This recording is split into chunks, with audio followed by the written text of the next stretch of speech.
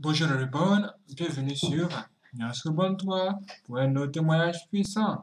Et ce témoignage nous révélera beaucoup de choses sur la sirène et les musiciens sorciers. Waouh, comment c'est possible? Écoutons. Témoignage de la sirène Jacqueline et le monde sous-marin. Cette sirène appelée Jacqueline est l'une des femmes de Lucifer.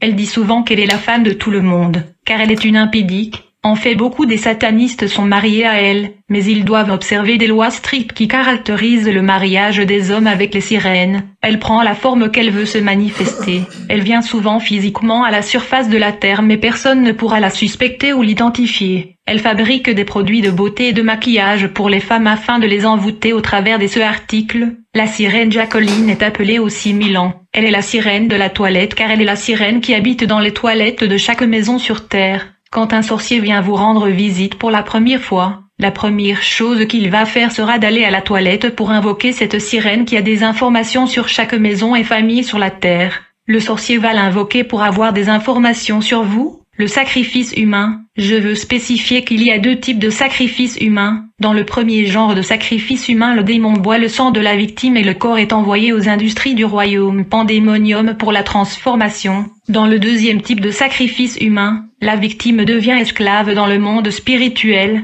et il est appelé bétail. J'étais un bétail dans le monde spirituel, j'étais un esclave, une propriété privée appartenant à un serviteur de Satan. J'appartenais à des gens qui pouvaient me vendre à qui ils voulaient. Il y a des esprits démoniaques et des agents de Satan qui sont des acheteurs et vendeurs des âmes victimes du sacrifice humain. Ils vendent des âmes humains qui sont considérés comme des bétails ou des bovins. Et quand ces esclaves, ces bétails ou bovins meurent, leurs corps sont expédiés dans les industries alimentaires du monde de pandémonium pour subir de transformations. Une fois que ces corps sont transformés, ils seront mis dans des boîtes à conserve et envoyés à la surface de la terre. Aujourd'hui même les chrétiens ne prient pas avant de manger, bien que la Bible dit faites en tout temps par l'Esprit toutes sortes de prières et de supplications. Veillez à cela avec une entière persévérance. Et priez pour tous les saints. Il ne faut pas oublier que la plupart des aliments que nous mangeons aujourd'hui provient du royaume de Lucifer.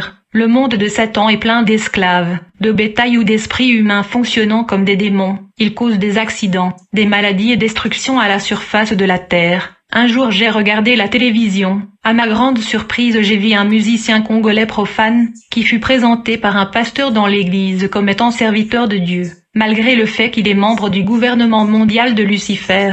Cette célébrité a le pouvoir de sacrifier n'importe quel homme de n'importe quelle tribu ou de n'importe quelle nationalité. À chaque fois que ce musicien lance des albums au marché, les gens meurent en grand nombre de par le monde et dans le continent. Ils meurent graduellement de façon différée dans des lieux séparés géographiquement, les uns par la maladie, les autres par les accidents et les circonstances différentes. Chaque fois que vous entendez parler d'un accident dans leur concert, c'est un sacrifice humain, et pendant leur accident, on nous envoyait et nous étions déployés par le monde de l'eau pour étouffer et asphyxier les victimes. Souvenez-vous de ce qui se passa en Côte d'Ivoire pendant leur concert. Laisse-moi vous dire que la plupart des musiciens sont des satanistes. Pas seulement des musiciens profanes mais aussi des musiciens chrétiens. Le diable est entré dans la musique chrétienne. Il y a des gens qui chantent le nom de Jésus mais ils ont signé de pacte avec le diable et leur musique envoûte les chrétiens qui l'écoutent. D'où la nécessité de discerner ceux qui sont animés du Saint-Esprit et ceux du diable. Chapitre 4. La sirène Jacqueline. Revenons un peu sur nos opérations avec la sirène Jacqueline. Je me souviens qu'un jour la sirène nous avait déployés sur la terre pour capturer un jeune garçon.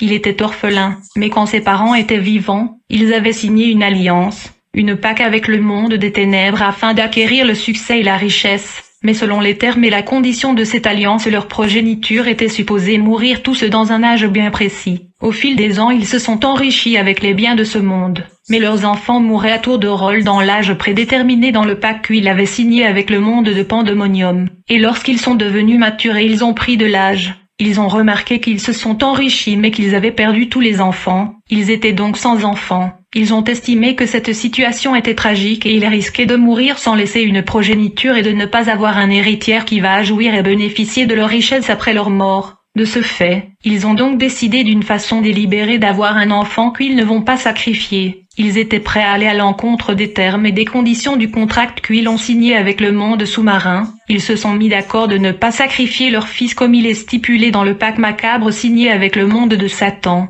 Selon ce pacte avec le monde de l'obscurité, tous leurs descendants et les fruits de leur entraille devaient mourir dans un âge prédéterminé par cette alliance diabolique. C'est ainsi que tous leurs descendants mouraient dans cet âge prédéterminé par le monde de Pandémonium. Plus tard, ce couple a donné naissance à un petit garçon, et quand le garçon a grandi et a atteint l'âge de la mort prédéterminé dans cet accord et pacte satanique, il était supposé mourir. Mais ses parents ont refusé d'obtempérer à la demande du monde maléfique de Lucifer.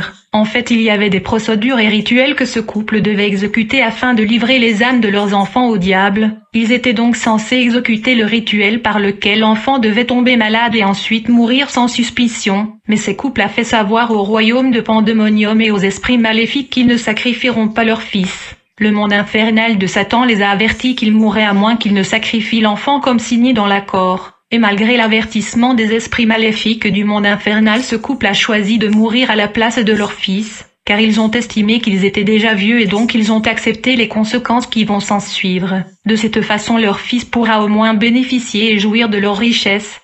Alors Patrelon, après avoir violé les contrats signés avec le monde de Satan, la mère de ce garçon mourut. Quelque temps après son enterrement, le père de ce jeune fut déclaré mort. Tout ceci afin que leur fils puisse jouir de leurs biens. Mais juste après leur mort, la famille élargie reprit et confisqua par force toutes les richesses que ce couple a laissées à ce garçon, en lui accusant d'être le sorcier responsable de la mort de ses parents. Il ne pouvait pas comprendre que les parents de ce garçon sont morts pour lui permettre de jouir et profiter de leurs biens. Quelque temps après avoir confisqué ses biens maudits, la famille jeta ce garçon dans la rue après avoir pris tout ce que ses parents lui ont laissé. Et ce garçon a fini par devenir sans abri. Mais après que cette famille ait pris contrôle de tous ses biens, quelque chose arriva. Il faut noter que lorsque le père et la mère de ce garçon moururent prématurément, ils ont été emmenés dans le royaume de Satan comme esclaves pour exécuter les travaux forcés jusqu'à ce qu'ils vont atteindre le nombre des années que Dieu les avait attribuées. Alors ils pourront se retrouver dans le séjour de mort. Ils ont donc continué la vie dans le monde sous-marin comme des esclaves faisant des travaux forcés. Et depuis le monde de Pandémonium, ils ont vu comment la famille élargie a pris contrôle de leurs biens et ont jeté dans la rue leur seul enfant qui était supposé hériter de tous leurs biens. À vrai dire, après leur mort, cet homme et sa femme sont devenus des esclaves et des esprits servant au service du royaume de Satan. Et en tant qu'esprits humains, quand ils ont vu leur fils dépouillé et jeté dans la rue, ils ont commencé à frapper les membres de la famille élargie qui se sont accaparés de leurs biens par force. En conséquence, il y a eu des morts dans la famille.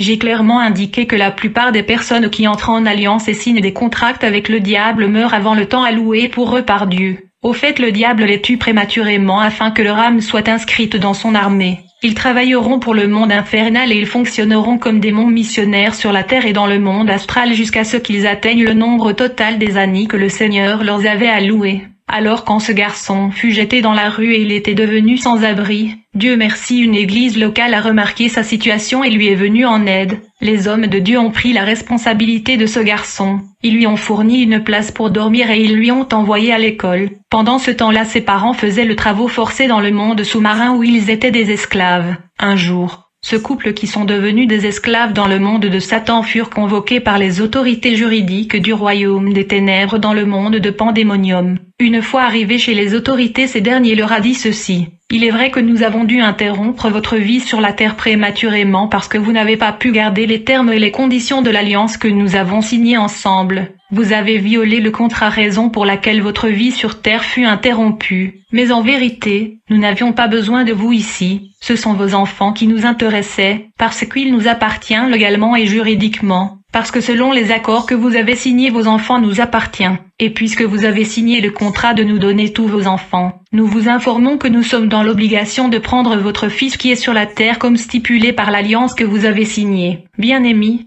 ce couple a essayé de plaider auprès des juges du royaume sous-marin. Ils ont essayé de constituer une défense légale et plaider pour leur fils, en avançant des arguments selon lesquels ils ont accepté de mourir à la place de leur fils. Mais les autorités judiciaires du royaume sous-marin étaient catégoriques car le pacte signé par ce couple était toujours en vigueur. Il n'était pas annulé, et donc leur fils devait mourir sur la terre et le rejoindre dans le monde des eaux. Il allait mourir et devenir esprit servant dans le royaume sous-marin. Par conséquent, le royaume de Satan avait donc déployé des esprits humains pour tuer ce garçon. Mais ils ont échoué lamentablement car ce garçon était entre les mains des hommes de Dieu. Après cet échec, nous étions obligés de prendre en charge cette mission. La sirène Jacqueline nous a rassemblés et elle a projeté l'image directe de ce jeune garçon sur un moniteur. Nous avons pris le temps d'étudier et d'enquêter sur sa vie pour obtenir des informations sur lui. En fait, on regardait des images directes de la vie de cet garçon sur la Terre dans un écran géant afin de voir de quelle manière nous pourrions procéder avec réussite. On savait qu'il était orphelin car ses parents étaient ici dans le monde sous-marin. D'après les images directes projetées dans l'écran géant de la sirène Jacqueline, on pouvait voir qu'il vivait dans une église, mais il semblait être misérable car il pensait souvent à ses parents. Enfin, nous avons voyagé sur la Terre pour le rencontrer. Nous avons atterri physiquement à la surface de la Terre précisément dans sa voisinage. En fait, nous avons atterri avec 3 jeeps neufs car nous avons pris l'apparence des hommes d'affaires. À ce stade, on fonctionnait comme des démons car on pouvait opérer physiquement sur la Terre. Comprenez que tous les hommes ne sont pas des êtres humains naturels. Après l'atterrissage dans ce quartier, on se dirigea vers le jeune garçon qui était dans un périmètre de 200 mètres.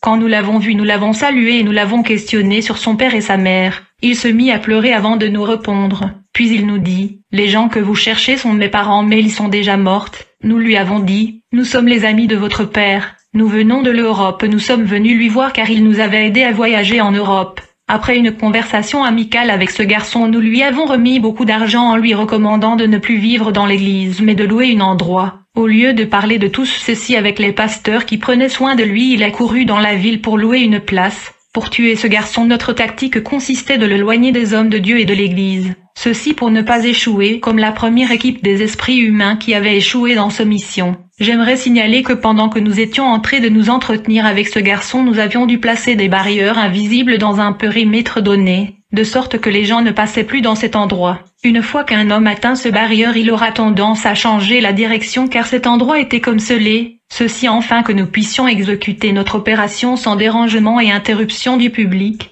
Alors après avoir remis cette somme d'argent à ce jeune homme, nous avons retourné dans le monde sous-marin. Le jeune garçon commença à vivre une vie d'opulence loin de l'église et des hommes de Dieu, car nous lui avons donné des grosses sommes d'argent. Il fallait commencer par lui éloigner de l'église et des hommes de Dieu. Vous pouvez me poser la question de savoir d'où venait cette jeep et ces sommes d'argent. En réalité, j'étais même pas bien habillé. J'étais en culotte noire comme d'habitude, mais je me suis déguisé. Les voitures Jeep que nous avions garées étaient juste des boîtes de sardines vides déjà utilisées que nous avons pris dans un poubelle. Nous les avons commandées de se transformer en voitures. Ces boîtes de sardines étaient perçues comme voitures par les hommes naturels, mais en réalité c'était autre chose. Ici nous avons affaire à la manipulation de 5 sens et l'illusion. Les yeux optiques des hommes naturels percevaient ces boîtes de sardines comme des voitures grâce à la manipulation optique. Beaucoup des voitures dans la rue sont des cercueils et des squelettes mais ils sont perçus par les yeux humains comme de voitures. En effet, dans le monde des esprits nous fonctionnons avec les paroles et les déclarations. Nous commandons aux choses de venir en existence par la parole. Le jour de cette opération, j'avais ordonné que je sois habillé en vêtements précis. J'avais ordonné à la boîte de sardines de se transformer en voiture. Si seulement le Seigneur pouvait ouvrir les yeux spirituels de ses enfants. Ils m'auront vu en culotte noire et torse nu, et au lieu de voir les voitures Jeep, il aurait vu des boîtes de sardines déjà utilisées. Le monde physique est un monde des illusions car les yeux optiques des humains ne captent pas totalement la totalité des réalités de choses. Je vous avais dit que j'ai appris l'informatique dans le monde sous-marin. Laisse-moi vous informer que le plus grand savant dans le monde sous-marin c'est Lucifer. Celui qui est à la base des nouvelles technologies. À chaque moment, cet archange réfléchit comment divertir et distraire l'humanité avec des nouvelles technologies médiatiques qu'il invente, comme l'ordinateur, le téléphone. Je vous ai dit que les nouvelles technologies viennent du monde sous-marin. Je vous ai dit que Lucifer a créé la voiture limousine aimée par la parole. Il a commencé par imaginer et penser cette voiture. Puis il a parlé la parole en donnant des détails et des précisions comme il le voulait. Comme résultat, la voiture a apparu. Même les maisons dans le monde sous-marin sont construites par la parole. C'est par la foi que nous reconnaissons que le monde a été formé par la parole de Dieu, en sorte que ce qu'on voit n'a pas été fait de choses visibles. J'ai vécu 3 ans dans le monde sous-marin et quand j'étais là-bas, je voyais le savant qui venait de par le monde pour copier la technologie de Lucifer et la mener à la surface de la terre. Ils prennent du temps pour étudier les nouvelles technologies du monde pandémonium. Dans le monde sous-marin, le diable a besoin des hommes forts. Mais quand les esprits humains qui vivent dans son royaume sont sur le point de mourir, il le rassemble et les démons vont faire des invocations pour les transformer en des voitures et des motos. Et ces motos et voitures sont exportées sur la terre. Si tu achètes ce moto ou ce genre de voiture, sache que le jour où cet homme mourra, tu risques de faire un accident car ce moto ou voiture sont des êtres humains.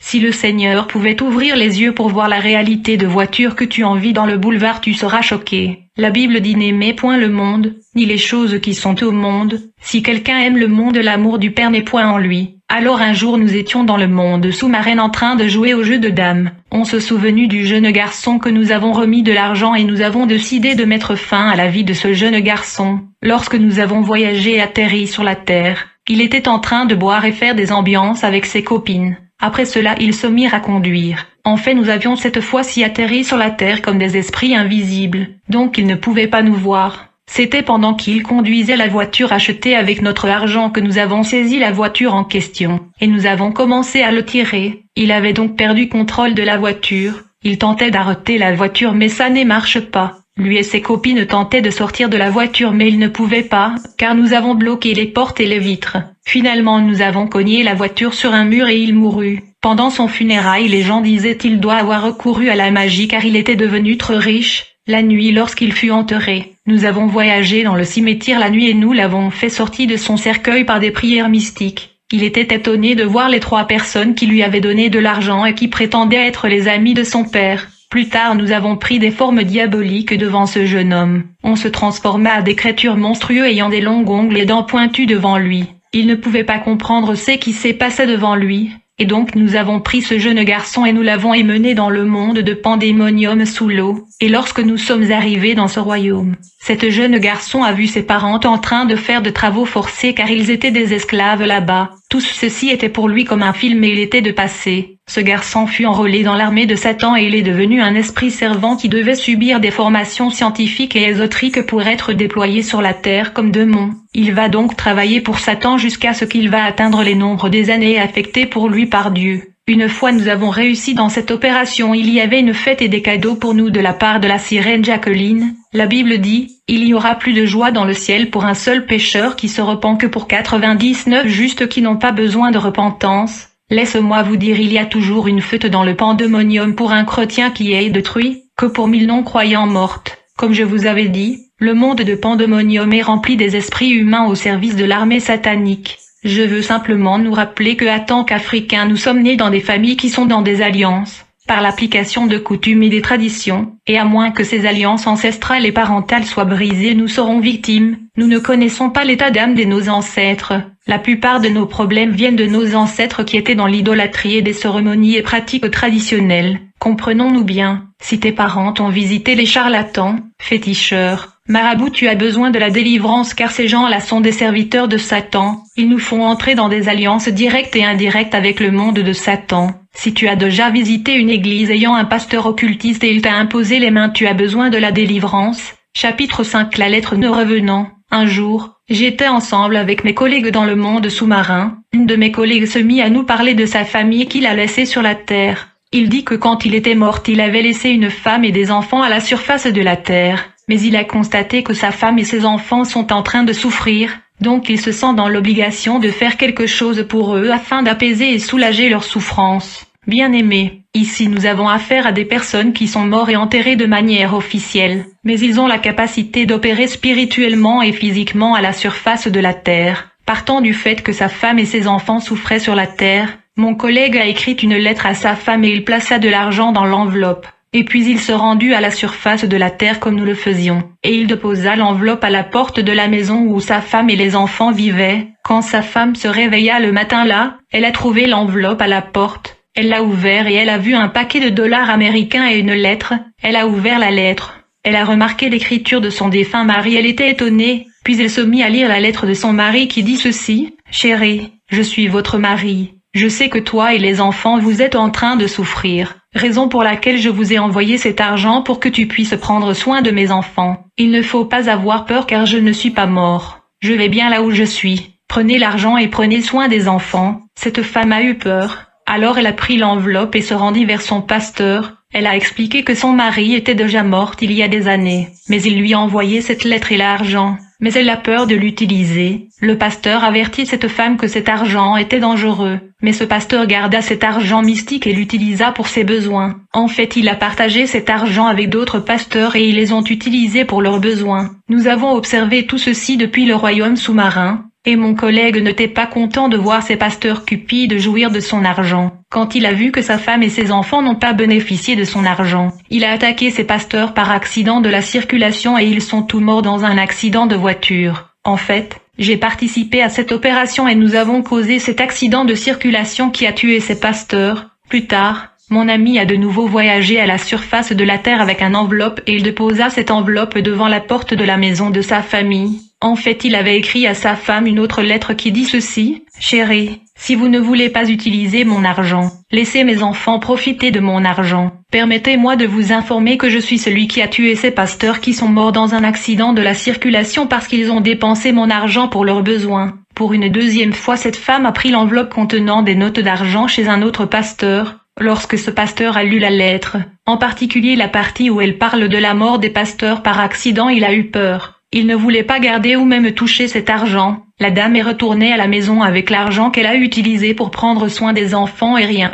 mauvais ne lui est arrivé ou les enfants. Alors c'était devenu une habitude pour mon collègue de déposer l'enveloppe de l'argent pour sa femme et ses enfants chaque semaine. L'implication est que cette femme ne pouvait pas se marier car son mari qui était mort s'occupait d'elle. Ceux qui ont essayé de s'unir avec cette femme en mariage étaient en train de mourir. Les diverses missions que la princesse nous confiait devenaient de plus en plus dangereuses. Et à chaque fois qu'on rencontrait de chrétiennes on était en danger, alors que la princesse nous avait rassuré qu'aucune force dans l'univers ne pouvait nous défier. Comme je me sentais en danger, je commençais à manquer du respect à la sirène Jacqueline. Par conséquent, elle décida de se débarrasser de moi. Le fait qu'elle avait décidé de ne pas me tuer était un miracle. Plus tard, elle a ordonné à son personnel de trouver une solution sur mon sort. Le personnel de la princesse a donc contacté mon cousin l'occultiste. Ils lui ont dit: « Monsieur, la princesse vous demande de trouver une autre personne pour remplacer votre frère qui cause des problèmes ici. » Mon cousin leur a dit que la meilleure chose que vous pouvez faire est de l'exécuter. Même s'il meurt, moi je prends la responsabilité de vous fournir une autre personne. Mais le personnel de la sirène lui a répondu que l'ordre de la princesse n'est pas de le tuer mais de le remplacer par une autre personne. Mon cousin voulait que je sois exécuté parce que tous les membres de la famille qui l'offraient comme sacrifice humain, je retournais leur âme dans leur corps sur la terre.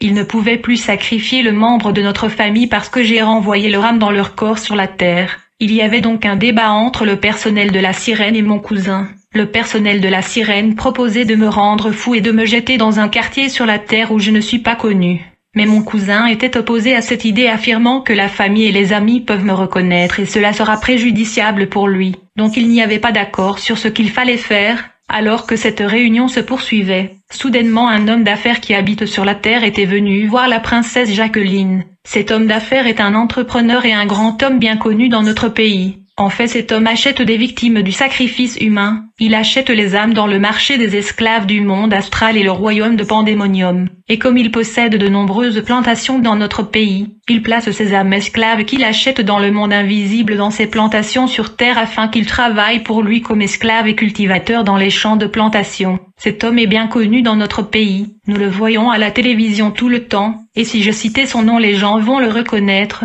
Il a de grandes entreprises dans le domaine de l'agriculture. Il a un champ de plantation de maïs, un champ de manioc, des pommes de terre, du riz, des sojas, des haricots. Mais les gens qui travaillent dans ces plantations sont officiellement morts. Ces gens sont des âmes qu'il a achetées dans différents marchés d'esclaves dans le domaine astral et le monde de Pandémonium. Cet homme d'affaires fournit plusieurs supermarchés du pays avec des produits agricoles comme le maïs, du riz et les haricots. En fait, cet homme est venu voir la sirène Jacqueline parce qu'il voulait acheter des âmes humaines pour le mettre dans sa plantation. Et ce jour-là, cet homme a acheté 37 esclaves, je veux dire des âmes humaines victimes de la sorcellerie. Ce fut en ce moment-là, quand il était sur le point de retourner sur la terre avec les esclaves qu'il avait achetés, que la sirène lui demanda de m'amener avec lui.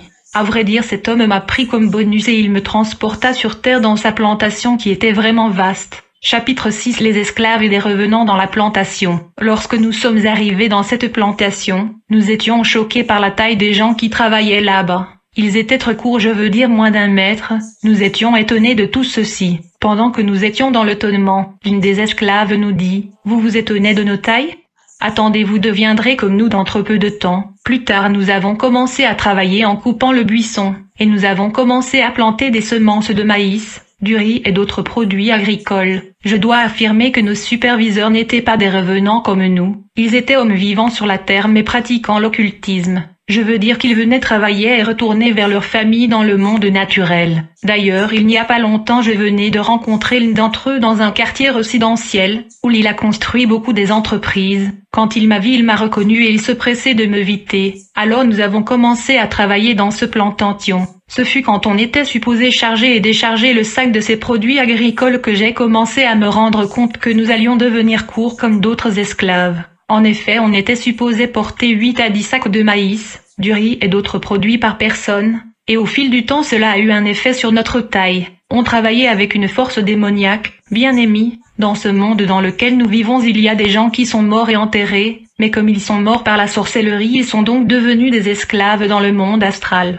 Ils sont devenus de propriétés appartenant à leur bourreau, qui peuvent le vendre dans l'industrie florissante de l'esclavage qui bat plein dans le monde astral des sorciers dans le pandémonium. Et donc beaucoup des hommes et des femmes qui sont mortes officiellement sont vendus et achetés comme des esclaves et sont transportés dans des plantations où ils travaillent comme des esclaves. Il y a des plantations de par le monde dont les travailleurs sont des revenants car dans le monde de la sorcellerie, l'esclavagisme est une industrie florissante. Il y a des marchés et des places des ventes des esclaves répandus de par le monde. Lorsque nous devrions commencer à travailler dans ce plantation, nous avons remarqué que les esclaves travaillaient avec une force surnaturelle, une force démoniaque car un esclave pouvait transporter 7 à 8 sacs de riz ou des haricots. Cela fut rendu possible par des invocations des occultistes qui géraient ce plantation. Ils faisaient des invocations afin que la force physique des esclaves soit augmentée. Nous avons remarqué que ces esclaves pouvaient transporter plusieurs sacs des produits agricoles à des distances de plusieurs kilomètres. Je veux dire des centaines et des milliers de kilomètres dans la forêt, jusqu'à atteindre les villages là où étaient des véhicules qui devaient les transporter dans de villes d'approvisionnement. Quand j'ai commencé à travailler, j'étais étonné de constater que le sac de manioc et du riz qui était lourd quand j'étais vivant était devenu léger. Je pouvais transporter 6 et 8 sacs de soya ou des pommes de terre. J'aimerais souligner que tous les esclaves travaillant dans ces champs travaillaient non seulement avec une force démoniaque surnaturelle, mais ils se déplaçaient à une très grande vitesse des esprits. Ils se mouvaient comme des esprits. On pouvait parcourir 10 000 kilomètres dans quelques minutes et revenir. On pouvait parcourir un trajet de plusieurs kilomètres allant de la forêt où se trouvaient des plantations jusqu'au village où nous étions supposés charger des camions et revenir dans des minutes. J'étais supposé transporter un nombre spécifique des sacs des produits agricoles dans une durée déterminée. Et comme j'avais la force démoniaque et la vitesse des esprits, je parcourais des milliers de kilomètres et je faisais des allers et retours avec ces sacs dans des courtes durées. Ces plantations étaient profondément à l'intérieur de la forêt. Et quand on atteignait les villages des chargements, nous étions perçus par des villageois comme des porteurs normaux.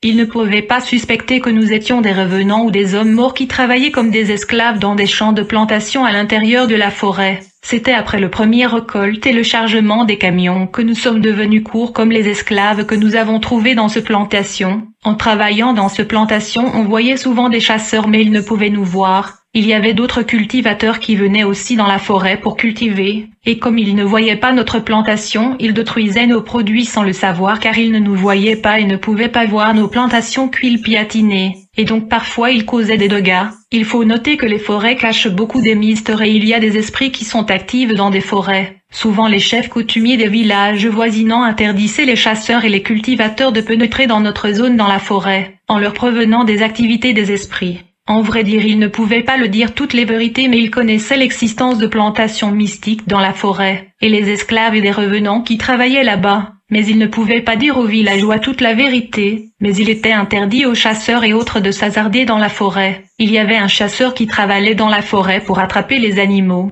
Il ne nous voyait pas mais on voyait comment ils installaient ses piges et on l'aidait en poussant les animaux dans ses piges. Plus tard, il a voulu s'installer dans la forêt pour quelque temps, mais quand il se mit à couper les arbres, il ne savait pas qu'il coupait et détruisait nos produits agricoles. Ceci a causé la colère et frustration parmi les esclaves cultivateurs. Ils ont donc résolu de le tuer. Un esclave est entré dans son corps et lui poussa à la mort. Les esclaves qui travaillaient dans ce champ tuaient les personnes qui venaient le déranger. C'est comme ça qu'un papa qui venait suelir l'huile de palme était mort par accident causé par un esclave qui coupa la corde par lequel il grimpait le palmier. La forêt est un endroit où sont actifs des démons. Quand j'étais dans le monde sous-marin travaillant pour la sirène Jacqueline, mon cousin avait sacrifié un nombre de personnes qui étaient le membre de notre famille. Mais je retournais les âmes de ces personnes membres de notre famille dans leur corps. Ils ne pouvaient plus sacrifier de membres de la famille car j'ai combattais et défendais la famille. Mais lorsque je t'ai emmené dans ce plantation, je ne pouvais plus me battre pour la famille dans le monde invisible. Dans le monde sous-marin chez Madame Jacqueline, j'étais privilégiée, mais dans ce plantation, je n'étais qu'une esclave.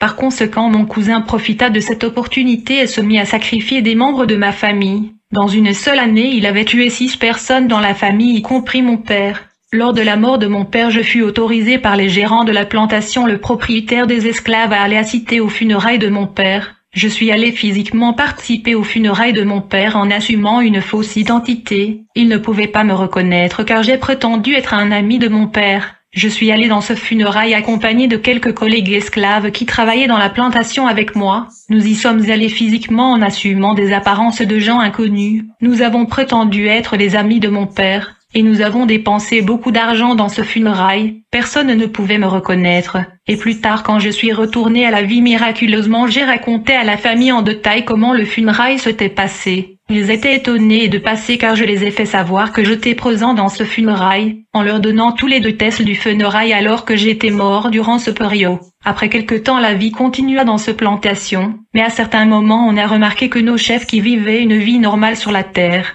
je veux dire ils n'étaient pas morts comme nous mais vivants, car ils venaient au travail et retournaient dans le monde. Mais pour retourner dans le monde, ils devaient manger. Dans le cantine, la nourriture était préparée pour 2 groupes. Le premier groupe était les esclaves, et le second était des hommes normaux qui venaient au travail et retournaient dans le monde naturel. Ces gens étaient des occultistes qui entraient dans notre dimension astrale et retournaient sur la terre. Mais pour retourner chez eux, ces hommes qui étaient nos chefs n'avaient qu'à manger. Un jour, je me suis décidé de manger la nourriture de nos chefs qui étaient tous des occultistes par curiosité, qui a résulté par le fait qu'ils nous avaient interdit de manger leur nourriture. Ils nous avaient prévenu que nous allions mourir si nous mangeons leur nourriture. En fait, dans leur nourriture, ils mettaient du sel qui leur permettait de quitter cette dimension astrale. Quand j'ai décidé de manger cette nourriture, mes collègues m'ont opposé en disant que j'allais mourir. Je leur ai dit mieux vaut mourir que vivre comme esclave avec ces souffrances. Après 2 battes, ils se sont alignés avec moi, et dès que nous avons mangé ce que nos chefs mangeaient, quelque chose se passa. Dès le moment où la nourriture entra dans mon estomac, j'ai eu l'impression que j'étais sous l'eau et je fus soudain éjecté de l'eau par une force. J'ai senti comme si j'avais les oreilles bouchées qui venaient d'être débouchées, et j'ai eu l'impression que les écailles étaient enlevées de mes yeux. J'ai vu le soleil et la lumière du jour après 3 années dans l'aurore et le crépuscule. En fait, en tant qu'esclaves, nous étions dans une situation où on ne voyait pas le soleil ou la lumière du jour. Tous était sombre comme si notre perception de la réalité était altérée, rétrogradée et voilée. On a commencé à attendre le cri des oiseaux. L'air et le vent soufflaient sur nous. Nous avons réalisé que nous étions dans un grand forêt. Chacun de nous commença à réaliser ce qu'il était devenu puisque notre conscience était revenue à nous. Quand je me suis regardé et j'ai réalisé la taille que j'avais, j'ai eu peur. Et quand j'ai regardé mes collègues, leur taille et leur apparence ont fait peur. Et quand mes collègues se regardaient l'un l'autre, ils étaient remplis de terreur. Par conséquent, tout le monde se mit à fuir dans sa direction. On avait beaucoup de cheveux et des barbes. Imaginez quelqu'un qui ne se rase pas les cheveux et les barbes pendant 3 années successives. Et j'ai remarqué que ma peau était remplie de beaucoup de couches de saleté car je n'avais pas lavé pendant 3 ans depuis que j'étais mort. Donc ce fut lorsque nous avons mangé de la nourriture contenant du sel que nous avons disparu de la dimension astrale et nous avons atterri dans ce forêt sur la terre. Je me suis déambulé dans cette forêt qui était la forêt équatoriale. Après avoir marché 3 jours sans voir qui que ce soit et sans manger, j'étais fatigué. Je me suis reposé près d'un arbre. Je pouvais entendre les bruits de singes. Puis à un certain moment, j'ai entendu les gens au loin qui dialoguaient. Ces gens étaient des chasseurs. Comme ma tête était baissée avec beaucoup des cheveux que je n'avais pas pu raser, ils m'ont pris pour un animal. Ils étaient sur le point de tirer sur moi lorsque je souleva la tête, et quand je me suis levé, ils ont eu peur et ils se mirent à fuir en criant « Démon !» Et ils utilisaient le nom de Jésus-Christ contre moi. Pendant qu'ils fuyaient, je le poursuivais car je savais qu'ils étaient le seul qui pouvait me sortir de ce forêt car je ne connaissais pas le chemin. Ils me disaient « Tu es un démon, un homme ne peut pas être comme ça ». Je leur ai dit « Mes frères, je t'ai perdu dans la forêt pendant 3 ans. Raison pour laquelle je suis comme ça. Je m'étais dit si je leur disais la vérité selon laquelle j'étais mort et enterré il y a 3 ans, ils allaient m'abandonner dans cette forêt vaste. » Après avoir dialogué avec moi à distance, un de ces chasseurs était convaincu et persuadé que j'étais un homme ordinaire. Mais l'autre était rempli de terreur et criait avec panique en me disant « Tu es un démon, un homme normal ne peut pas avoir cette taille et être comme toi. » Finalement, ils ont accepté de m'amener chez eux, et je me suis lavé. Ensuite, il fallait donc enlever la culotte mystique qui était sur moi depuis 3 ans. Bien aimé, les gilettes et les couteaux ne pouvaient pas couper ce culotte mystique. Après 2 jours d'efforts pour enlever ce culotte, on a dû abandonner, mais c'était quand j'ai prié dans mon cœur. Seigneur, aide-moi à enlever ce culotte. C'est en ce moment même que j'ai senti la culotte bouger. J'ai appelé le chasseur et après plusieurs heures d'efforts, la culotte fut enlevée de mon corps. Nous l'avons mis sur le feu.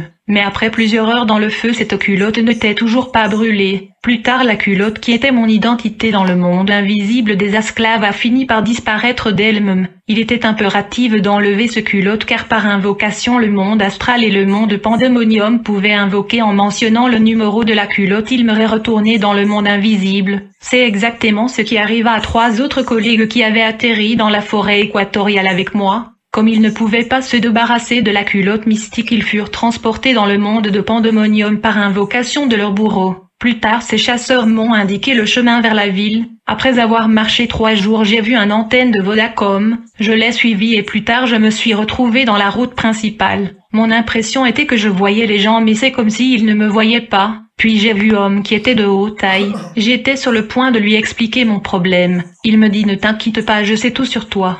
Alors tu prends cette direction qui va te conduire vers un groupe de militaires. Tu vas leur expliquer ta situation et ils vont t'emmener dans le bureau des autorités locales, qui à leur tour vont appeler les pasteurs pour toi. Bien-aimé, les choses se sont passées exactement comme cet homme l'avait prédit. Je suis sûr que cet homme était un ange ou le Seigneur lui-même. Le commandant de ces militaires que j'ai rencontré en cours de route était mon oncle. Il fut informé qu'un certain Mathieu Badjoko est dehors. Il prétend qu'il était mort et il est revenu à la vie. Quand mon oncle a entendu cela, il répliqua avec gravité et dit « Ce nom de Mathieu Badjoko est celle de mon cousin qui est mort il y a 3 ans. » Mon oncle ordonna que l'individu qui prétend être Mathieu Badjoko soit emmené à l'intérieur de son bureau. Je fus donc emmené à l'intérieur du bureau de mon oncle, et quand il m'a vu, il était sous l'émotion et il se croula dans le coma. Plus tard, il fut emmené à l'hôpital. Alors les militaires m'ont transféré aux autorités locales. Ceux derniers ont lancé une enquête pour déterminer qui j'étais. Après quelque temps, ils ont découvert que ma famille vivait dans la province orientale qui est la province voisinante. Ils ont contacté ma famille par téléphone. Et ce dernier les ont confirmé qu'il avait un fils au nom de Mathieu Badjoko qui est mort il y a 3 ans.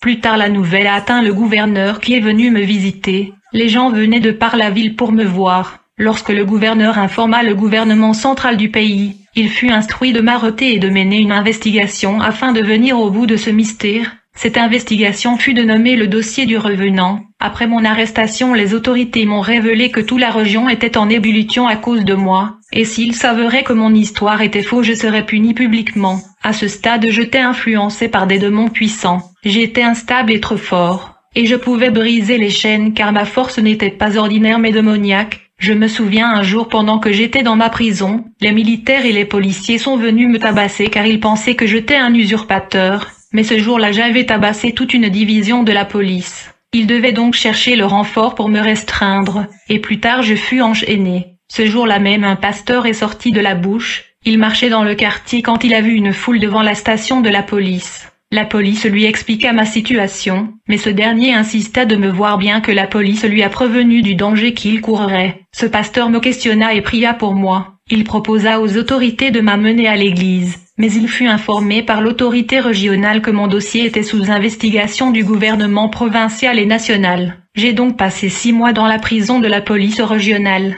et le gouvernement a parvenu à retrouver mon certificat de décès et mon permis d'inhumation. Ceci les a terrifiés car ils étaient maintenant convaincus qu'ils avaient affaire à une situation sans précédent et paranormale. Ils avaient affaire à un homme qui mourut il y a 3 ans et qui réapparut. Ils entrèrent en contact téléphonique avec ma mère et ils lui ont convoqué dans la province orientale pour un interview afin d'avancer cette enquête. Il demanda à ma mère, « Monsieur Mathieu Badjoko qui est présentement avec nous est-il votre fils ?»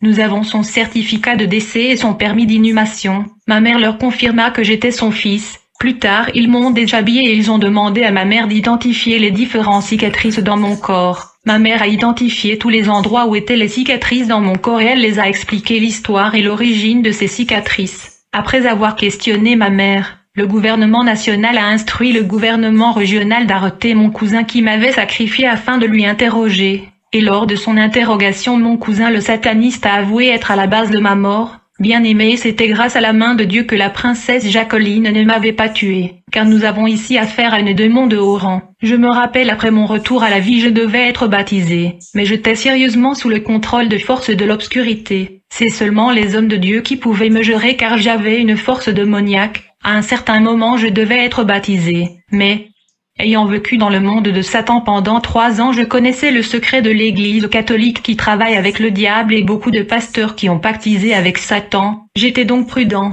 J'avais besoin d'un homme de Dieu sérieux et authentique pour mon baptême et ma délivrance. À vrai dire, ma délivrance n'était pas facile, car mon cousin qui m'avait sacrifié avait atterri dans le complexe des autorités locales où le pasteur prenait soin de moi avec un hélicoptère mystique. Il y avait des pasteurs et des militaires qui étaient témoins de ces démonstrations paranormales. Mon cousin était venu pour m'enlever et pour me retourner à la sirène Jacqueline qui me cherchait. Mais ça n'a pas marché. Ceci était un combat spirituel et physique. Lorsque mon cousin avait atterri son hélicoptère mystique et physique dans la parcelle des autorités locales où j'étais interné, quand l'hélicoptère avait atterri, il était sorti de l'hélicoptère habillé en blanc et il tenait une mallette remplie d'argent. Il entra dans le local des autorités officielles où étaient les pasteurs et leur demanda « Qu'est-ce que la famille de Matthieu va vous donner pour vos efforts? Prenez cette mallette d'argent et allez faire des affaires, mais d'abord vous devez me livrer Matthieu. » En ce moment même les pasteurs ont commencé à exercer l'autorité sur lui. Ils ont utilisé le nom de Jésus contre lui. Comme conséquence, il disparut devant eux. Pendant mes prières de délivrance, il tentait de me capturer et m'amener dans le monde sous-marin où j'étais. Mais à part mon cousin l'occultiste, j'étais aussi menacée par ma femme la sirène que j'avais laissée dans le monde sous-marin avec 4 enfants. Elle était déçue et elle me suppliait de revenir à elle. Pendant que j'assistais aux prières de délivrance, elle venait m'harceler et me supplier. Les pasteurs pouvaient écouter sa voix mais ils ne pouvaient pas la voir. Elle venait chaque nuit. Parfois je me réveillais le matin et je la voyais dormir à mes côtés. Et chaque fois qu'elle apparaissait j'appelais les pasteurs qui ne pouvaient pas la voir bien qu'ils entendaient sa voix. Elle se plaignait et pleurait en me disant « Comment pouvez-vous me laisser avec les enfants comme ça ?» Je savais que cette femme était un démon, même les enfants qu'on a eu là-bas sont des démons et sont très dangereux. Lorsque je suis revenue à la vie, plusieurs pasteurs me disaient que je devais recevoir le baptême d'eau. Mais je ne voulais pas être baptisée par ces pasteurs, car je me souviens avant de mourir j'étais catholique. Mais quand j'étais dans le monde sous-marin j'ai appris beaucoup de secrets sur cette église romaine et les grands pasteurs de ce monde. Je voyais les pasteurs et le prêtre qui venaient régulièrement participer aux réunions et sommets organisés par Lucifer.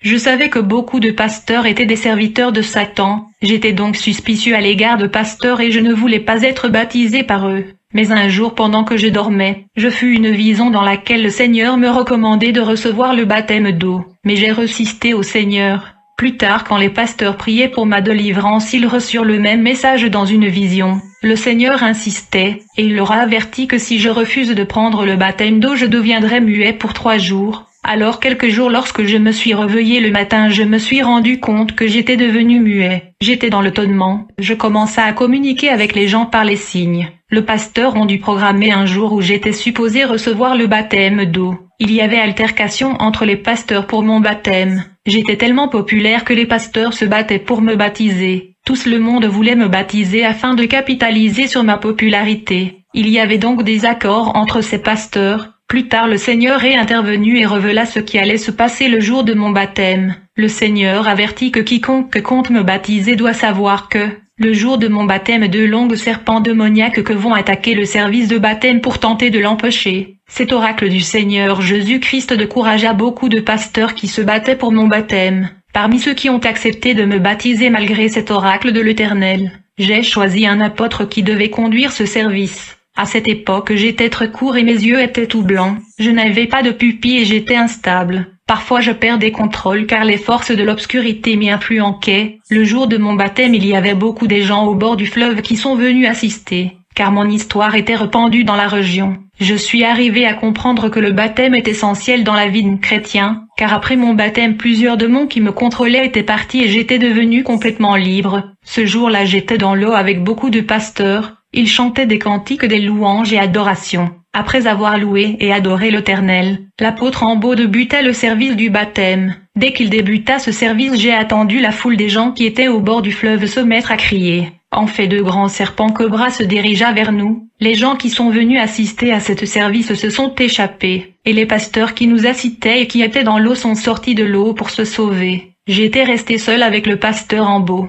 J'ai vu le premier serpent qui venait du côté gauche. Il frappait l'eau, il sautait et il descendait. La foule regardait ce scène de loin et il criait. J'ai regardé ce que ce serpent faisait. J'ai remarqué que l'apôtre en beau avait les yeux fermés. Il ne voulait pas regarder, il avait fermé ses yeux bien avant dès que les gens se mirent à crier. Alors que la foule criait, j'ai regardé ce que le cobra faisait et puis il disparut de l'eau. Ensuite j'ai vu le second serpent. Il s'approcha de nous et il nous encercla, alors que l'apôtre avait toujours ses yeux fermés. Le serpent souleva sa tête de l'eau. Il avait à peu près 5 mètres. À vrai dire, ce serpent était la princesse Jacqueline, l'une des femmes de Satan, la sirène de la toilette. Ce serpent me regardait et puis elle se mit à me parler et se plaindre. Elle me dit, Matthieu, je t'aimais beaucoup et je t'avais tout donné, mais voici ce que tu me fais. Je regrette tes actions et ton attitude. Pendant que cette sirène me parlait, le pasteur écoutait mais il avait les yeux fermés, et il ne voulait pas voir tout ceci. Il était concentré dans la prière de protection contre cet serpent. Quand le Saint-Esprit lui a saisi,